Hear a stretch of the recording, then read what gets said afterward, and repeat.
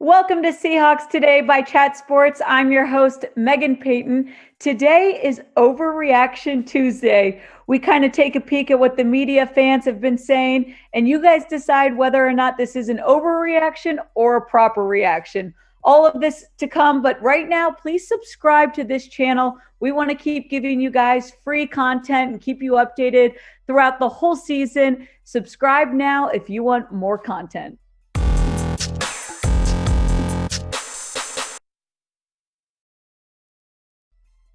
So let's get into our overreactions. The first one is expected. Any week one win is probably going to have this reaction, but it is that the Seahawks will win the NFC West. I feel pretty good about it. I'm excited about this week one win, but so is the rest of the NFC West. The NFC West remains undefeated through week one. We've got the Rams beating the Bears, which we kind of expected. The Cardinals beat the Titans, and the 49ers beat the Lions with kind of a close win there at the end, a little bit of a comeback from Detroit. But unfortunately, just like we thought, this is going to be one of the most competitive divisions in the NFL. Last season, we saw, obviously, the Seahawks got that first spot in the division. The Rams went 10-6. The Cardinals went 8-8. And the Niners went 6-10. I think this division is even going to improve more from last season. I wouldn't be surprised if the NFC West takes over all three playoff spots, 2 wild cards, and obviously whoever wins the division. But I do feel good about the Seahawks winning the NFC West. I know that's kind of like an early take, but just from what we saw in week one, I thought the offense looked really good. Russ was solid, as always. I thought Chris Carson had a pretty solid game. I know you could take a peek at that fumble and kind of judge him there, but to me, that was just a really good play by Indy. So it's hard to get very upset with him there. I think we can be encouraged by the offensive line. That was an area that we, wanted to see improvement on. And we'll get into a lot more of this game. But what do you guys think? Will the Seahawks win this division? Type Y for yes, type N for no. I hope so. But again, it could be a little bit too early to tell. Next overreaction. And this one we see every year because Russ has been screwed so many years, but Russ for MVP. What do you guys think? It's way too early to tell, in my opinion. But again, he looked great. He completed passes to seven different Seahawks during this game, which I think just shows the way that he can utilize his different targets. He actually threw less in this week one game than he has in any game last season, but they were all good. He had a really good accuracy in this week one. I mean, he went 18 for 23, which is pretty good, 254 yards, 4 touchdowns, and a 78.3 completion percentage. You can't get mad at these week one stats. So I like it. Yes, it's early to kind of decide, but Russ has gotten screwed so many years in a row. So I think this might be his time. What do you guys think? Will Russ win MVP? Type W for win, type L for lose. Guys, if you want us to keep giving you kind of this more free Seahawks content, we want to provide for you. All we ask is that you subscribe to this channel. More subscriptions equals more videos. It's that simple. We want to keep giving you guys free Seahawks content. All we ask is that you subscribe to this channel. Next overreaction, Shane Waldron, A+ play calling.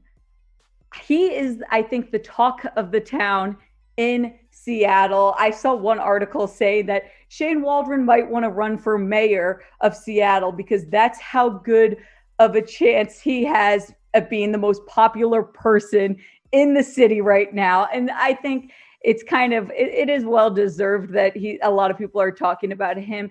He did a really good job for the rookie play caller. I know that Sean McVay really liked him. It was a guy that he trusted a lot. So to see the way that he handled his first week play calling, I think that we can be excited about him. I'll give him an A. A+ might be a bit extreme. There were some things that I'd probably change, but overall he did good. I mean, he had this new offensive system.